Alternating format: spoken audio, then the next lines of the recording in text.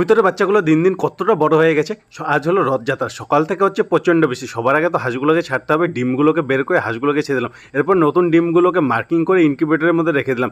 Incubator এখনও ফাঁকা রয়েছে, তো পাশের বাড়ি থেকে কয়েকটা ডিম এনে এখন ডিমগুলোর মধ্যে নতুন নতুন মার্কিং করে এখন ইনকিউবেটরের মধ্যে সব ডিম রেখে দিলাম। 30 দিন পরে রেজাল্ট বেরোবে। এরপর বৃষ্টি কমতেই এখন বাজার করতে যাবো। দেখো নতুন মেম্বার বলছে গাড়ি চালানো শিখবে। অনেক কষ্ট করে একে বোঝালাম, পরে এসে গাড়ি চালানো শেখাবো। এরপর বাজারে গিয়ে এখন সবজি বাজার করে নিলাম। এরপর পনির নিয়ে চলে এলাম বাড়ি এসে ফটাফট স্নান করে এখন সবজি রান্না করে এখন খাওয়া দাওয়া করে নিলাম। খাওয়া দাওয়া তো ভালোই হলো। এরপর চলে গেলাম কবিতরের ফার্মে গিয়ে দেখি দেখো বাচ্চাগুলো খাওয়ার জন্য দৌড়ে আসছে। আর দেখো কবিতরের বাচ্চাগুলো কতটা বড় হয়ে গেছে। দেখো এদের কত সুন্দর সুন্দর সাদা সাদা লোম গাজাতেও শুরু করে দিয়েছে। এরপর মুরগির বাচ্চাগুলোকে খেতে দিলাম। এরপর ভাই বোনের সাথে চলে গেলাম রথ দেখার উদ্দেশ্যে। দেখো রথের দড়ি টানার জন্য কতটা লোক চলে এসছে। এরপর রথ তো দেখলাম, কিন্তু মেলা তো হচ্ছে না। যদি মেলা হতো আরও যদি মনে হয় ভালো হতো। এরপর সন্ধ্যাবেলা বাড়ি এসে হাঁসগুলোকে ঘরে তুলে এখন হাঁসগুলোকে প্যাক করে দিলাম। দেখা হচ্ছে কাল।